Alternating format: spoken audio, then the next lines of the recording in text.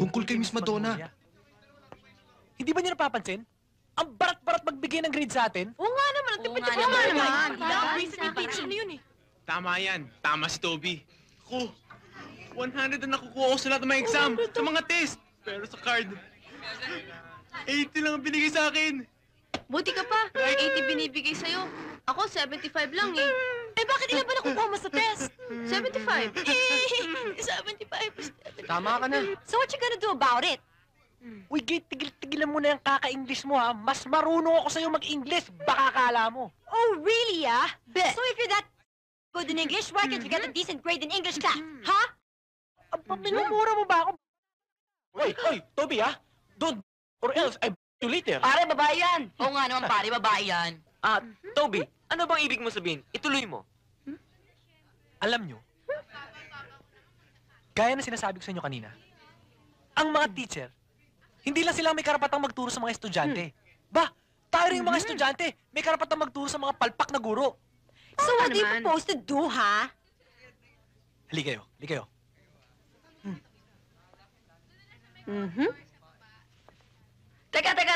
Teka. Sino may putok sa inyo? Ikaw ano? Ay, hindi. Siya eh. Ikaw ano? Ano ako? Oo. Ako nga, no?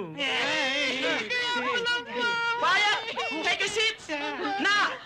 Yan!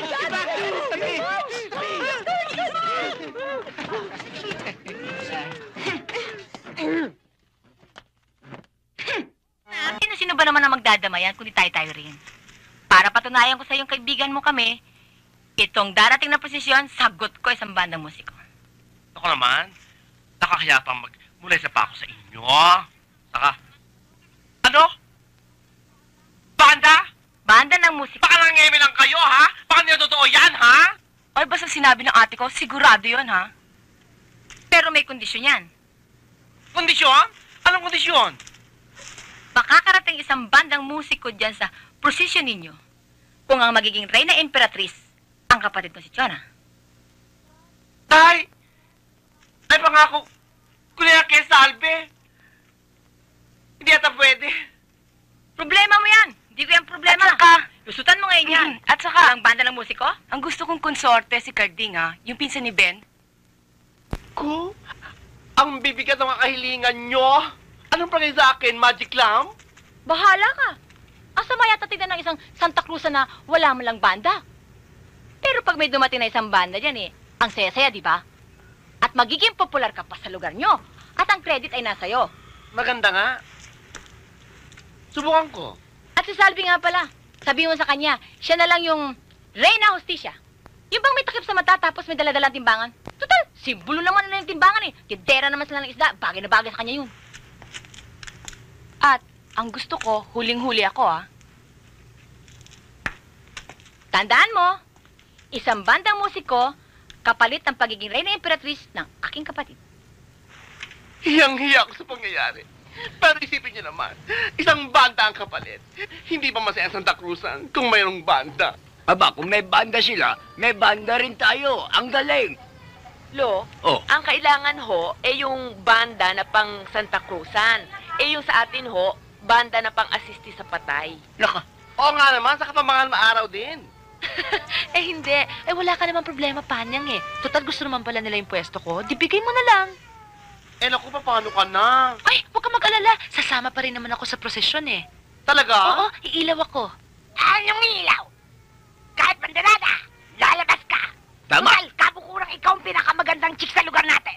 tama. Teka nga. Tama ka, Ipang. Oh, babonggahan lang naman yan eh. Teka, Ipang. eto alkansya ko. Babasakapin ka. Lola! This is it. This time, wala na kayong kalusot-lusot pa. Alam nyo ba, kahit saang paralan, hindi na kayo makaka-enroll pa. Pero, sir, hindi naman kaya napakalupit niya sa amin yan.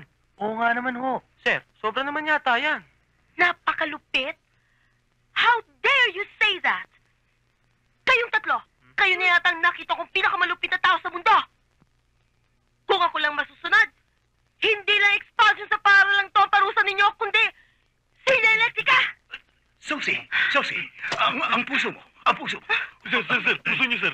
Puso niyo, sir. Puso niyo. Well, what are you waiting for? Ayoko nang makita ang mga pagmumukha niyo rito. Understand?